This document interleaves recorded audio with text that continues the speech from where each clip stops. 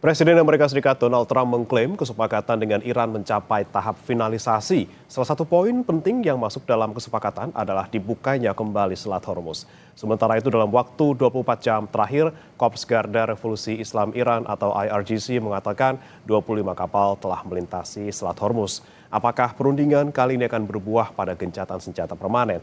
Kita akan membahasnya bersama dengan pengamat Timur Tengah Hasibullah Satrawi, serta pakar hubungan internasional Universitas Parahyangan Kisino Bawono. Selamat pagi, Mas Hasibullah, Mas Nino. Selamat Selamat pagi. pagi, Mas Bre. Ya, Mas Hasibullah, ini bukan kali pertama Trump bilang seperti ini. Berkali-kali bilang ada kesepakatan, ada kesepakatan. Kali ini bilang dengan PD-nya bahwa Selat Hormuz akan dibuka dan akan berakhir perangnya. Bisakah kita percaya dengan omongan Trump kali ini dan apakah Iran dengan mudah membuka Selat Hormuz di tengah mungkin negosiasi yang masih alot di belakang? Ya, terima kasih, Mas Bre. Kalau pertanyaannya bisakah kita percaya atau tidak, menurut saya sekarang kita bisa menjawab bahwa susah untuk percaya kepada Trump.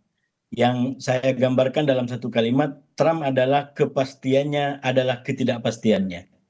Saya mengatakan ini dalam konteks sekarang kurang lebih 48 hari dalam catatan saya semenjak gencatan senjata berlangsung. Kebetulan update terbaru daripada eh, apa namanya proposal perdamaian yang kemarin diberitakan sangat positif disampaikan oleh Trump sendiri bahkan oleh Menlu Amerika dan juga media-media lain justru dalam beberapa jam terakhir mengalami kemunduran.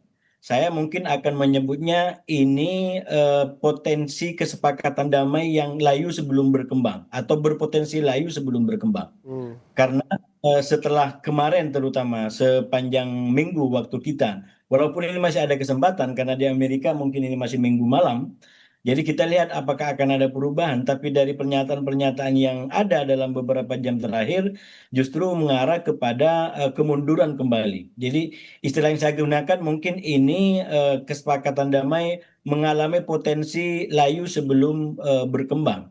Karena tiba-tiba Trump memberikan pernyataan lagi bahwa tidak perlu buru-buru untuk segera tanda tangan kesepakatan ini. Bahkan ya walaupun mungkin yang bahasa resmi digunakan ini adalah hanya ada usulan-usulan teknis redaksional. Tapi saya melihat sebenarnya substansinya juga tetap menjadi ada persoalan, bahkan kerangkanya itu yang sebenarnya dari awal ini kan mereka bertarung di level kerangka. Kerangkanya siapa yang akan dipakai, kerangkanya siapa yang akan diterima. Hmm. Nah, kalau kita baca dalam konteks kerangka, sebenarnya eh, draft kesepakatan yang kemarin dikatakan sangat-sangat menjanjikan, itu kan mencerminkan secara umum adalah kerangkanya Iran. Karena sekali lagi yang akan dipakai bagaimana prinsip perang ini segera berakhir, lalu kemudian Hormuz segera dinormalisir, dan di dalam kerangka itu baru nanti nuklir akan menjadi pembahasan berikutnya. 30 hari berikutnya baru nuklir. Itu kerangka kerangka Iran dari awal. Nah, belakangan yang saya ikutin dari berbagai macam sumber, walaupun tentu tidak bisa dipastikan karena ini belum ada data terbuka, bahwa ini juga terkait dengan perubahan mendadak dari Trump berkaitan dengan isu-isu yang kemarin telah disepakati. Misalkan terkait dengan apa namanya pencairan aset-aset Iran. Itu kalau di dalam konsep awal bahwa itu akan segera dicairkan setelah gejatan apa namanya perundingan ini disepakatin. Tapi belakangan itu akan mengalami penundaan bersamaan dengan dimulainya isu nuklir. Jadi itu satu isu, satu sumber mengatakan demikian. Hmm. Bahkan juga ada yang mengatakan ini ada kaitan dengan katakanlah posisi Libanon yang dari awal memang Iran menginginkan ini menjadi satu paket, dan kalau kita ikutin perkembangannya di lapangan, di antara yang membuat Israel cukup bermuram durja kemarin itu ketika ini akan dikatakan mengalami kesepakatan, salah satu poin keberatan Israel karena akan menutup kemungkinan Israel untuk melanjutkan perang di Libanon. Nah, sementara kesepakatan dengan Amerika, Iran meminta agar di semua front, termasuk di Libanon, itu kemudian dimasukkan dalam wilayah gencatan senjata dan penghentian perang. Hmm. Nah, inilah sebenarnya yang saya bilang tadi di awal, kalau pertanyaannya sejauh mana bisa dipercaya, menurut saya tidak bisa dipercaya dalam konteks satu keadaan akan segera berlaku. Dan bagi saya Trump tetap gambarannya dia adalah ketidakpastiannya adalah kepastiannya. Oke, layu sebelum berkembang dan Trump kita tidak bisa percaya apa yang kemudian dibicarakan. Saya ke Mas Nino. Mas Nino, kemudian Trump juga bilang ini masih 50-50 nih antara mau nyerang atau mau lanjut kesepakatan. Iran juga sudah membantah bahwa ada kesepakatan soal Selat Hormuz dibuka. Ini sampai kapan berarti? Benarkah di belakang ini terjadi benar-benar negosiasi yang sudah menghasilkan kesepakatan atau ternyata ya masih gini-gini aja dari tanggal 28 sampai sekarang belum ada hal yang bisa dicapai dari kedua belah pihak. Oke, Eh, jawaban saya terkait pertanyaan tadi ya. Jadi, apakah cuma gini-gini saja dari proses perundingan? Saya rasa tidak gitu ya. Mungkin ada benarnya bahwa kemarin sempat ada progres terkait perundingan karena pihak dari Pakistan pun juga mengapresiasi ada gerakan eh, positif dari perundingan damai yang bahkan disebut sebagai MOU antara Iran dan Amerika Serikat. Cuma eh, ada juga berita yang ini belum bisa diklaim karena belum ada data terbuka. Again, akan ada pencairan aset dari aset-aset Iran yang dibekukan oleh Amerika Serikat, yang itu tentu another point, another progress untuk perundingan damai. Nah, tapi poin besar yang saya rasa itu akan jadi susah di sini adalah karena dalam konflik ini paling tidak ada 3 negara yang kemudian terlibat secara langsung, Amerika Serikat, Iran, dan Israel.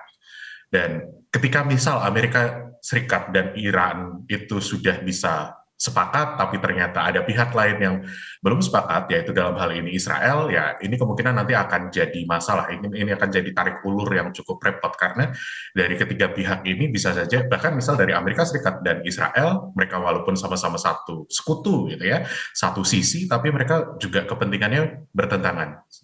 Melanjutkan tadi yang Pak Hasibullah katakan gitu ya, Israel itu menurut Channel 13, media lokalnya di sana gitu ya, pemimpin dari IDF itu menyatakan bahwa mereka tidak ada rencana untuk mundur dari wilayah Lebanon dan mereka ingin ada kebebasan untuk tetap menyerang Lebanon, bahkan masuk ke dalam wilayah Lebanon, menduduki wilayah Lebanon. Nah, ini kemudian yang ditakutkan kalau ada perundingan damai dalam waktu dekat, ini yang kemungkinan akan mengekang IDF dan mengekang pemerintah Israel. Dan ini yang dianggap apa ya, tidak ideal. Benjamin Netanyahu pun menurut Al Jazeera sudah bilang briefing kepada kabinetnya dan pemerintahannya bahwa jangan mengomentari perundingan damai ini secara publik karena ini cukup delicate, ada hubungan personal antara Benjamin Netanyahu dan Trump yang harus dijaga gitu ya. Cuma saya pikir akan ada negosiasi di belakang layar, tekanan dari pihak Israel kepada Amerika Serikat untuk apa, memberikan ruang dan waktu bagi pemerintah Israel untuk mendapatkan apapun yang mereka inginkan di Lebanon. Jadi singkatnya ada progres, tapi kemudian juga akan ada hambatan, terutama kalau saya baca dari Al Jazeera dan Channel News 13 lokal dari Israel sendiri, bahkan akan ada hambatan dari pemerintah Israel. Nah ini duri dalam daging Israel yang kemudian bisa menjadi pengganggu negosiasi mungkin antara Amerika Serikat dan juga Iran. Mas Hasibullah, kalau Anda melihat Israel yang masih ingin perang dalam tanda kutip, sementara mungkin Amerika Serikat juga membuka opsi diplomasi karena mereka juga saat ini sangat terdesak di berbagai sektor. Apakah Amerika Serikat ini akan straight dengan apa tujuan dia, kepentingan Amerika Serikat yang didahulukan, atau Israel ini bisa mendesak Amerika Serikat juga untuk bisa tetap melanjutkan perang di Iran? Ya, saya rasa memang kalau kita baca dalam konteks hubungan di antara Amerika dengan Israel atau persisnya di antara Trump dengan Netanyahu, ini perkembangan perang ini menjadi perkembangan yang menarik karena kemudian membawa membawa kepentingan kedua pihak dalam keadaan yang tidak lagi sama. Kalau di awal-awal perang itu mereka dipersatukan oleh keyakinan yang sama bahwa ini akan menjadi modal yang hebat bagi mereka untuk dijadikan apa namanya modal politik di dalam negerinya. Tapi kemudian setelah perang terjadi, menurut saya mempercayai itu karena data-datanya makin banyak bahwa ini menunjukkan kesalahan data-data yang diberikan oleh Netanyahu. Saya menyebutnya ini Trump terbawa dalam merayu maut Netanyahu untuk ikut investasi yang ternyata bodong bin Amsyong. Jadi nggak bisa dipertanggungjawabkan dan ini justru makin membawa Amerika dan Trump dalam kondisi yang sangat terjepit. Kenapa saya bilang kondisi yang sangat terjepit? Kalau kita baca, ikutin potret politik internal Amerika sekarang, itu Trump betul-betul luar biasa. Tidak hanya berhadapan dengan Demokrat, tidak hanya berhadapan dengan pasar, tidak hanya berhadapan dengan masyarakatnya sendiri, tapi juga bahkan berhadapan dengan katakanlah elit-elit di Partai Republik yang tidak lagi satu tentang dukungannya kepada Trump.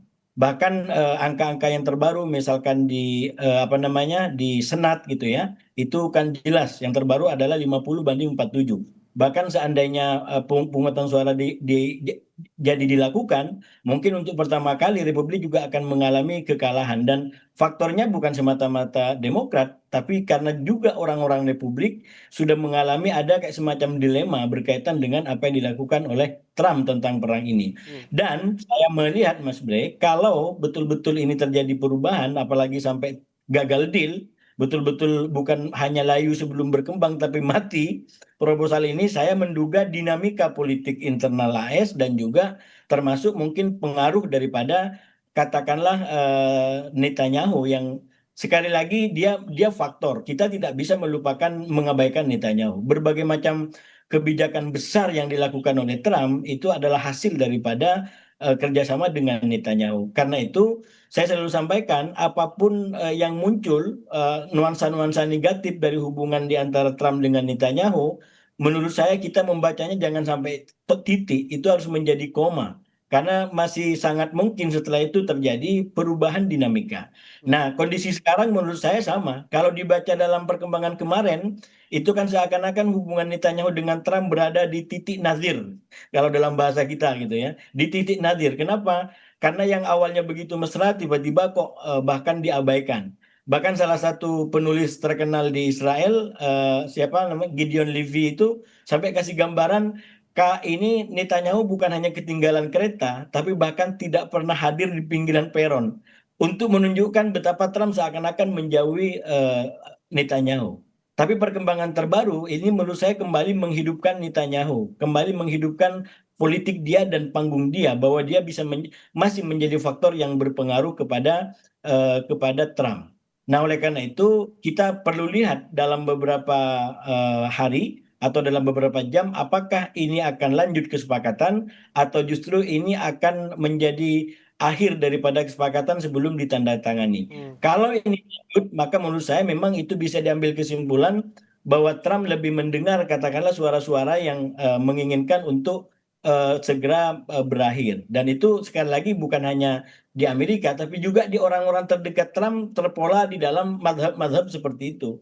Ada mazhabnya katakanlah Steve Witkoff yang kemarin dipuji-puji karena dia dianggap sebagai aktor di balik perkembangan yang ada, tapi juga ada mazhabnya katakanlah orang-orang tentara di Menhan yang itu punya kecenderungan yang lebih keras dan juga mazhab-mazhab yang lain. Kita lihat akan kemana kebijakan yang diambil oleh Presiden Trump, terutama dengan melihat beberapa hari ke depan.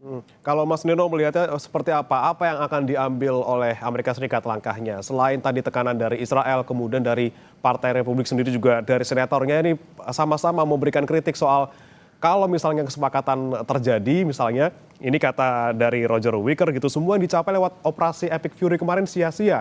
Ada juga yang dibilang oleh Lindsey Graham bahwa kesepakatan dengan Iran ini membuat Iran semakin kuat di kawasan justru. Dengan adanya tekanan seperti itu, apa yang kemudian akan diambil oleh Amerika Serikat? Apakah lanjut perang atau lanjut kesepakatan dengan Iran? Oke, apakah lanjut perang, apakah kesepakatan gitu ya dengan kondisi sekarang? Satu harus saya declare dulu di awal bahwa saya bukan ahli nujum gitu yang bisa memprediksi masa depan gitu ya. Saya cuma bisa menebak-nebak kira-kira dengan pola yang terjadi apa yang mungkin muncul gitu ya. Oke, apa yang akan dilakukan? Di satu sisi Amerika Serikat itu butuh untuk keluar dari perang karena tekanan dari publik dan Presiden Donald Trump serta Republikan sendiri juga sudah merasakan tekanan terhadap apa ya posisi mereka dalam postur untuk besok pemilu di November ini karena perang ini dirasa cukup memberatkan apa ya popularitas Republikan dan popularitas Presiden Donald Trump ini tentu ingin diakhiri gitu ya. Karena kenapa? Kalau besok pemilu itu Demokrat itu bisa memenangkan posisi-posisi tertentu, entah itu di Senat, entah di Kongres, dominasi dari Republikan dan dominasi dari Presiden Trump untuk politik di AS itu akan terkikis. Karena kalau kita lihat sekarang gitu ya, Presiden Donald Trump bisa bertindak seenak beliau gitu ya, sekehendak beliau, itu karena beliau mengontrol eksekutif, legislatif, yaitu Kongres dan Senat, lalu kemudian yudikatifnya, sistem kehakimannya. Jadi basically tidak ada lagi check and balances di Amerika Serikat gitu ya. Karena semuanya sudah kemudian mengikuti apa yang Trump omongkan. Walaupun kemudian ada beberapa Republikan yang dalam tanda kutip memberontak, terutama terkait kemarin War Powers Act voting di Senat gitu ya, tapi saya rasa itu masih belum cukup untuk apa ya menggoyangkan dominasi dari Republikan dan Presiden Trump. Tapi itu sudah jadi warning sign. Yang mana saya pikir Presiden Trump dan pemerintahan AS at large itu juga sudah memperhatikan. Nah, masalahnya ketika mau keluar dari perang ini gitu ya, mereka tentu harus memikirkan bahwa keluarnya harus tampak sebagai pemenang. Keluarnya harus masih jumawa. Karena kalau mereka keluar perang yang apa ya dengan cara pikir yang penting keluar perang tanpa ada demand tertentu bagi Iran, misal terkait Hormuz, misal terkait nuklirnya atau bahkan kapabilitas militernya mereka, gitu ya. Kalau tanpa keluar dari perang tanpa tiga hal ini, katakanlah uh, orang-orang juga kemudian akan mempertanyakan lah apa gunanya perang kemarin, gitu kan? Kalau ditanyakan Hormuz loh, Hormuz kemarin sudah terbuka loh tanpa harus perang gitu loh. Kita tidak ada masalah dengan Hormuz gitu loh. Tapi sekarang kemudian malah sekarang Hormuz ditutup gara-gara perang. Ya. Terus kemudian kalau untuk nuklirnya, ini yang kemudian masih jadi contentious issue gitu ya. Apa Iran pengennya maksimalis, mereka masih punya apa kemampuan untuk mengembangkan nuklir, walaupun mereka selalu mengklaim itu bukan untuk senjata, tapi Amerika Serikat pengen dan terutama Israel pengen bahwa tidak ada lagi kemampuan untuk mengembangkan nuklir dari Iran, dan itu masih dicari apa ya titik tengahnya dalam proses negosiasi ini. Dan again saya harus bilang bahwa kita tidak bisa hanya melihat Amerika Serikat saja, Iran saja, tapi juga Israel karena gini, salah satu lobbyis dari Benjamin Netanyahu, salah satu penyandang dananya itu adalah keluarga Adelson. Dan keluarga Adelson ini, dia juga tinggal di Amerika Serikat dan dia juga jadi donatur politiknya Presiden Trump dan Republikan. Jadi ibaratnya dua politisi di dua negara punya donatur yang sama. Jadi apa ya, ibaratnya satu orang ini, satu keluarga ini bisa mengendalikan dua negara karena untuk mengarahkan apa ya politiknya supaya apa lebih pro Israel. Karena kalau kita lihat juga voternya dari Republikan dan Presiden Donald Trump itu banyak yang berasal dari kelompok evangelis, dan kelompok evangelis ini biasanya posisinya pro dengan Israel. Jadi kalau apa ya ada narasi-narasi di mana pemerintah Amerika Serikat meninggalkan dalam tanda kutip Israel, itu yang akan jadi quote and quote bunuh diri politik di apa ya pemerintah AS. Dan ini yang saya rasa ini jadi dilemanya Presiden Trump dan Republikan sekarang. Harus keluar dari perang, tapi kemudian gimana caranya ya agar tetap terhormat, saya rasa ini melalui diplomasi, melalui negosiasi. Cuma nanti detail-detailnya yang harus selaraskan. Itu dari saya. Ya, selain faktor Israel, tentunya ada faktor negara-negara lain yang bermain dalam konflik dan juga kesepakatan antara Amerika Serikat dan juga Iran.